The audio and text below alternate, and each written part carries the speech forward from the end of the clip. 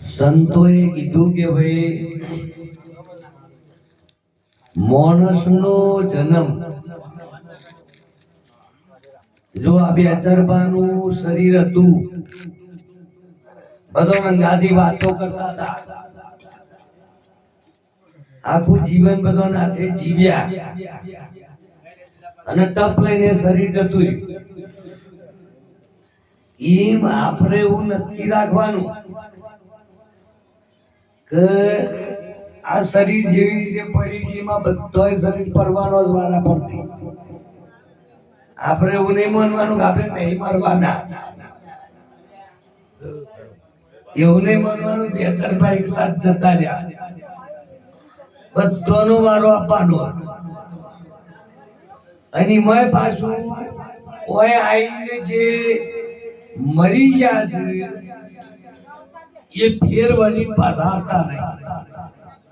આજ સુધી આયા હોય તો કયો રામચંદ્ર ભગવાન ફેર આયા, કૃષ્ણ ફેર આયા નહીં, રામો પીર ફેર કોઈ અવતાર કોઈ જન્મ આ સુધી જા પછી ફરીથી આવતું જ નહીં.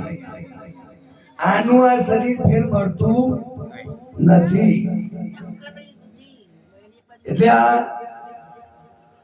જન્મ છે ને મરી જાય છે એ હું છે એને આપણે ઓળખીએ. આપણે એવું કહીએ છીએ કે ભાઈ ફલાણા ભાઈ મરી ગયા, પણ કોઈ મરી ગયું નહીં. એ આપણી અજ્ઞાનતા છે. જે આપણે જોઈ રહ્યા છીએ એવો ચોપડાની વચથી એને પંચમહાભૂતનો દેહ કહેવાય. અને આ દેખાય શરીર પંચમહાભૂતોનું બનેલું, અને આ પંચમહાભૂતોની અંદર રહી અને જે બોલવા વાળો ચેતન છે તમે આત્મા પોતે છો. શરીર આખું જીવન તમારા ભેગું રહે અને શરીરને તમે બધો ઓળખો, પણ શરીરમાં રહીને જે બોલે છે એને તમે ઓળખતા નહીં. અને શરીરમાંથી નીકળતો હોય એ નીકળી જાય. હવે જે શરીરમાંથી નીકળે છે એને તમે ઓળખતા નહીં, અને જેને ઓળખ્યું આખું જીવન એ તમારું હોમું પડી રહ્યું છે શરીર, તો તમે રોવો છો કે ના? જેને આખી જિંદગી હગું રાખ્યું તો તમારા હોમું પડી રહ્યું છે. અને જેને વાત કરી, ચાલ્યું, બોલ્યું, જેમાંથી નીકળી ગયું એના તો તમે અમે ઓળખતા નતા. એટલે જે નીકળી જાય છે ને એ વસ્તુ ઓળખવાની.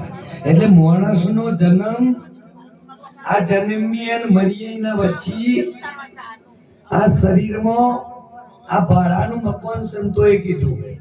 આ શરીરના સંતોએ ભાડાનું મકાન કીધું છે કે ભાઈ જીવ શાને ફરે છે ગુમાનમાં, તારે રહું ભાડાના મકાનમાં. એટલે આ શરીર રૂપી બંગલો છે ભાડાનું મકાન છે, અને ખાલી કરવું પડશે એક દાડો. દરેકને ખાલી કરવું પડશે. ખાલી કરીએ એના પહેલો આ ઘર ખાલી થાય પછી ચોર હવા જવું એ પહેલથી નક્કી કરો. નક વચમાં ઘર ખાલી કરીને કોઈ કાઢી મેલ છે ચોકન જઈને રહો. એટલે કીધું કે જીવતો ઘર ઢૂંઢો, જીવતો ઘર ખોરો, મુવા પછી મુક્તિ માંગો તો કારાગૃહનો કો. તમે અત્યારે હાલ જીવતો મુક્તિ મેળવી શકો, આત્માની ઓળખ કરી શકો. છેલ્લા સમયે આ બધું ગોઠવવા દો, મેળાવા નહીં. એટલે આ ભાડાનું મકાન છે કે આ માટી કેરે બંગલે મેં બોલતા ન કોણ થા. આ માટીના બંગલામાં કોણ બોલી રહ્યો? આ માટી એટલે શરીર. શરીર તો કશું બોલે નહીં, તો મોય કોણ બોલે છે? ચોરે બોલી રહ્યો.